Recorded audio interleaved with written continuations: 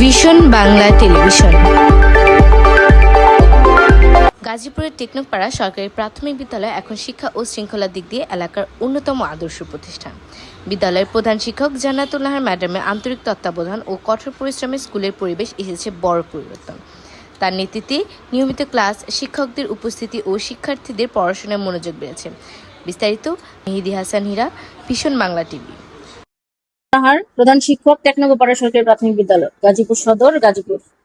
Madam, আমাদের একটা বিষয়ে জানাবে যে বর্তমান সরকার যে টিফিন ব্যবস্থা করেছে প্রত্যেকটা প্রাইমারি স্কুলে, আসলে এই টিফিনের ব্যবস্থার পর থেকে কি প্রাইমারি স্কুলে ছাত্রছাত্রীদের তাদের উপস্থিতি হার বেড়েছে কিনা, তাদের আগ্রহ বেড়েছে কিনা, এবং অভিভাবকরা আসলে প্রাথমিক বিদ্যালয়ে পড়ালেখা জন্য যে তাদেরও আগ্রহ বেড়েছে কিনা বাচ্চাদের শিক্ষা দেওয়ার জন্য?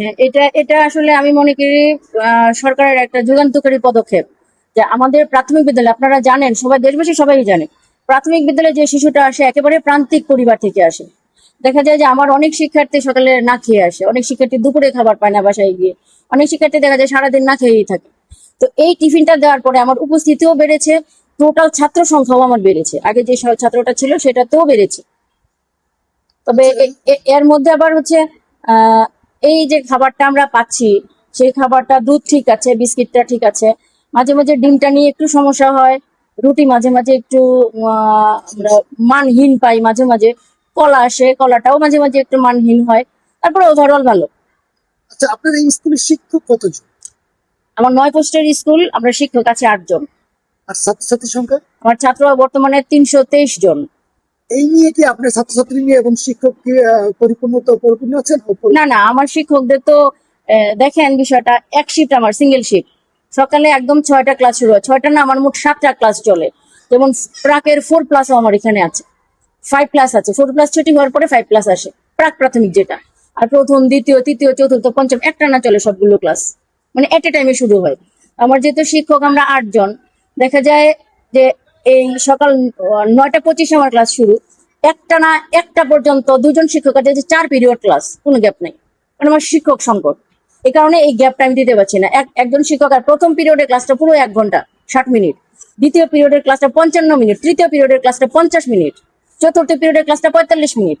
তো একজন শিক্ষক এই যে দেখেন 9টা 25 যখন শুরু করে, সে 1 ঘন্টা ক্লাস করছে, 55 মিনিটের ক্লাস করছে, 50 মিনিটের ক্লাস করছে, 45 মিনিটের ক্লাস করছে, একটা না। এটা কিন্তু খুবই অমানবিক, আমার খুব কষ্ট লাগে। আমি নিজে 2টা ক্লাস করাচ্ছি, second period, third period. First period নানা কাজে আমি ক্লাসে ঢুকতে পারি না, কারণ আমাকে দাপ্তরিক অনেক বিষয় দেখতে হয়। আবার হচ্ছে পরের দিক দিয়ে আমি আবার একটু ফ্রি থাকি লাঞ্চের পরে। কিন্তু আমার একটা পোস্ট আছে ফাঁকা শূন্য, আমার ওই ফাঁকা পোস্টটা হলেও আরেকজন টিচার হয়। এর ভিতরে দেখেন আমাদের শারীরিক অসুস্থতা থাকতে পারে, পারিবারিক সমস্যা থাকতে পারে। কোন একজন শিক্ষক যেদিন ছুটিতে যায়, সেদিন আমরা একদম সারাদিন একদম মানে কোনো বিরতিহীন একদম ক্লাস করতে হয়, খুব কষ্ট হয় আমাদের। মাদের সচেতন করতে পারছি, মা জানছে আমরা স্কুলে কি করছি, এই যে সকাল 9টা থেকে 4টা পর্যন্ত আমরা স্কুলে কি করছি। আমার গার্ডিয়ানদের সঙ্গে যদি আমি এঙ্গেজ না থাকবো, তখন কিন্তু আমার পড়ালেখাটাও আগাবে না, পড়ালেখার মানটাও আসবে না। আমার শিশুটা কোন জায়গাটা গ্যাপ, মা স্কুলে আসলে, মা সমাবেশে আসলে এই গ্যাপটা তার সঙ্গে আমি শেয়ার করতে পারছি, এবং প্রয়োজনীয় পদক্ষেপ গার্ডিয়ান নিতে পারছে। এবং আমার ম্যাক্সিমাম গার্ডিয়ানই কিন্তু হচ্ছে কর্মজীবী। আমার এটা হচ্ছে একটু গার্মেন্টস এরিয়া, অনেক মায়েরা দেখা যায় জব করে। সেক্ষেত্রে এই মা সমাবেশ ছাড়া যে সমস্ত অভিভাবক মনে করেন চাকরি করে না, তারা হয়তো বিভিন্ন সময় স্কুলে যায়, আসে, ঘুরে যায়, এরকম একটু খোঁজ খবর নেয়। কিন্তু যারা চাকরি করে তারা কিন্তু না ডাকলে আসে না, তারা ছুটি নিয়ে আসতে হয়। এরকম এমনও হয় যে আমরা বন্ধের দিনেও আমরা মা সমাবেশ করি এই গার্ডিয়ান উপস্থিতির জন্য। তো গার্ডিয়ান হচ্ছে তখন জানতে পারে তার শিশুটার কোথায় গ্যাপ আছে, বা তাকে নিয়ে আরেকটু কি করলে ভালো হয়। মা সমাবেশের মাধ্যমে আমরা এগুলা শেয়ার করি, একটা যাবতীয় বিষয়। যে টিফিনটা ওরা পাচ্ছে, এটাও মা সমাবেশ না হলে তোরা জানতো না। পড়াশোনার বিষয় বলেন, খেলাধুলা বলেন, যত জাতীয় প্রোগ্রাম বলেন, সবকিছুতেই মাদেরকে ইনভলভ না থাকলে তো আসলে শুধু শিশুদের নিয়ে শিক্ষক রান করতে পারে না, যদি মায়েরা পাশে না থাকে। আসসালামু আলাইকুম, আমি এই পত্র বিদ্যালয়ের শিক্ষক জনাব মোহাম্মদ আসাদুজ্জামান মন্ডল।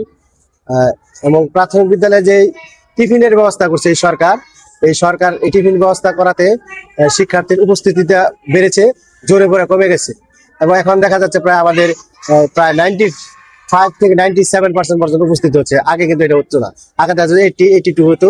এবং এর ফলে গার্জিয়ানদের মধ্যে উদ্দীপনা বেড়েছে, এবং এই টিফিনের ফলে বাচ্চারা পুষ্টিগুণ পাচ্ছে, ডিম দিচ্ছে প্রতিদিন, ডিম দিচ্ছে, কোনোদিন কলা দিচ্ছে, রুটি এবং দুধ, এবং এই খাবারের মানগুলো মোটামুটি ভাবে ভালো। আমার নাম সারনা, আমাদের স্কুলের নাম টেকনোপাড়া সরকারি প্রাথমিক বিদ্যালয়। তোমরা কি টিফিন পাচ্ছ? হ্যাঁ, আচ্ছা, এই টিফিনটা দেওয়াতে তোমাদের কি কি সুবিধা হয়েছে জানাবো একটু? অনেক সুবিধা হয়েছে। কি কি বাসা বলো? থেকে টিফিন আনতে হয় না। আমার নাম ইয়াকুব হোসেন, তোমাদের স্কুলের নাম কি? টেকনোপাড়া সরকারি প্রাথমিক বিদ্যালয়। তোমাদের স্কুল থেকে কি টিফিন দেয়? আগে কি তোমরা বাসা থেকে আনতে, আর এখন কি স্কুল থেকে টিফিন দেয়? এখন স্কুল থেকে টিফিন দেয়, বাসা থেকে টিফিন আনতে হয় না। আর এখানকার শিক্ষকরা কেমন লেখাপড়া করে? এখানে শিক্ষকরা অনেক ভালো, আমাদের খুব আদর করে।